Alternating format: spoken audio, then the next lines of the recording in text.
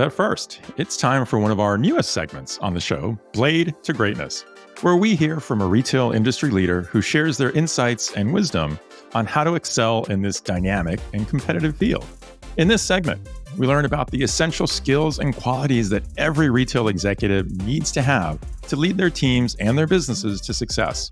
Whether we're talking about the corporate office or stores, we'll uncover valuable tips and advice that you can apply to your own retail career path. We'll speak with Jeffrey P. McNulty, founder and CEO of New Retail Ethos, creator of The Ultimate Retail Course, and author of The Ultimate Retail Manual.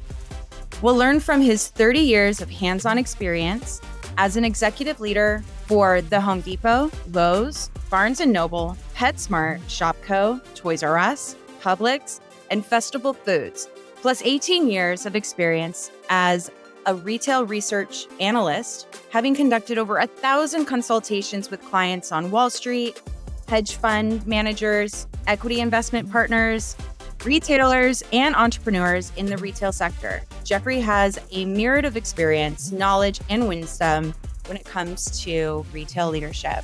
And today, he's here to talk with us about one of the most important skills every retail leader needs to master: how to tap into employee intrinsic motivation. Let's listen to what he has to share with us. Welcome, Jeffrey.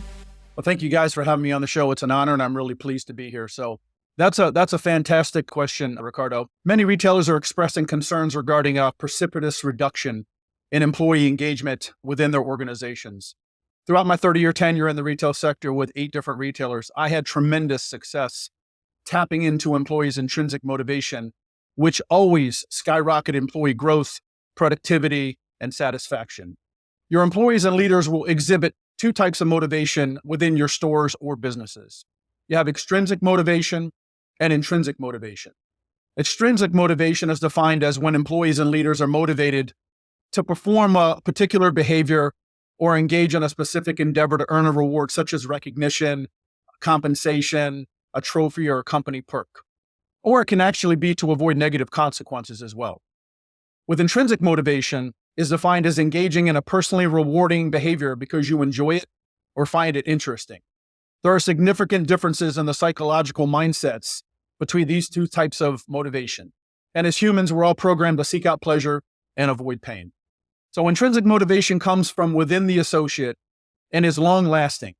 Any organization with a staunch commitment to providing an inclusive and rewarding atmosphere built upon a solid foundation of organizational culture will always have a loyal employee base. Intrinsic motivation should really encapsulate about 95% of your employees' motivation. And here are some positives that I've experienced with implementing this strategy. It allows employees and leaders to express their creative ideas and feel like they're part of a team. It demonstrates that the company has aligned its corporate mission with employees' values, shows the organization has compassion and empathy for all parties. Employees realize the company is transparent, authentic, and genuine. All shareholders and stakeholders truly feel the brand are good stewards of the environment. Employees feel the company is always exhibiting honest and ethical behavior in their interactions with others. And employees and leaders feel connected, engaged, and rewarded for their efforts that make them feel alive and purposeful in life. So I found out through empirical results from my 30-year tenure in the retail sector that asking questions allows you to tap into that intrinsic motivation of each employee and leader. And here are some questions that you can ask. There's obviously a lot more, but here are some of the top ones that I like to ask. What are your passions and hobbies? This opens up a myriad of opportunities for the employee or their leader to kind of share what really excites them and lights their fire. How can I help you achieve your aspirations? This is important because it shows as a leader that you really want to partner with them and support them along on their journey. How are you doing? Or you can ask, are you okay? Simple questions like this really open up the door to get to know the individual better. How can we improve our store or company? A lot of leaders don't want to ask this question because sometimes they don't want to hear the feedback that could be derogative or negative. But you know what? I want to know where I stand. I want to know where I can get better as a leader. I want to know where my brand can get better as a leader for that brand. Then you have, what are your future goals at this company and in your life? This, again, helps you to tap into what they're really passionate about and where they're looking to go. Now, you can ask something like, what are your 1, 3, and 5-year goals? That's what was asked of me when I was a younger department head in Home Depot down in South Florida. And finally, what do you enjoy most about your role? This is important because it lets the individual know that you want to find out what they enjoy, because, that's how you can position them to be successful. And then as an added bonus, because I'm being on the Retail Razor show, I'm offering a $100 discount to all listeners for the Ultimate Retail Course. So all they have to do is go to theultimateretailcourse.com and enter in the code RetailRockstar100 off. And for any of my consulting services at my company, New Retail Ethos, they can go to newretailethos.com. Oh, fantastic. Fantastic for that. So listening to your questions, Jeffrey, what kind of strikes me is that it doesn't seem like this should be hard to do, right?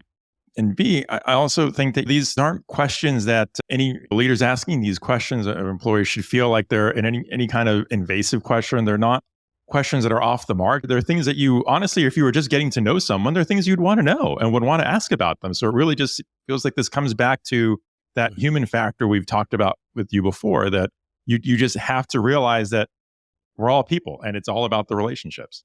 Yeah, that's a fantastic point. As you notice, I post a lot on LinkedIn about this topic. I really am passionate about this. You hear about technology, you hear about innovation.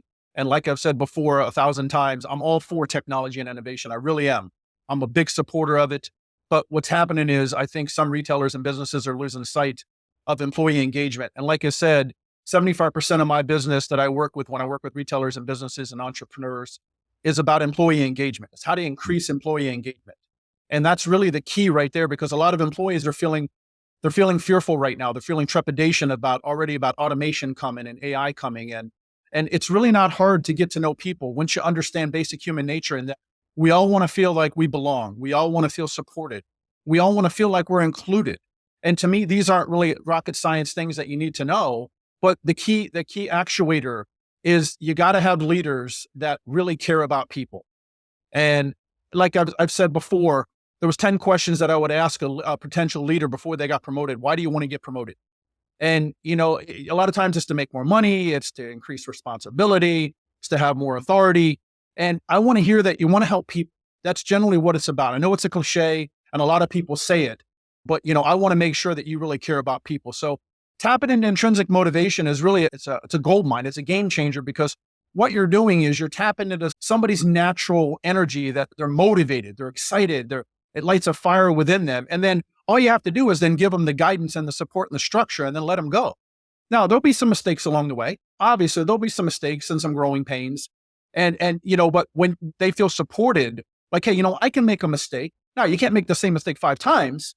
Obviously, you have to learn from that. But that's when you're doing your daily check-ins and you're touching base with the employees.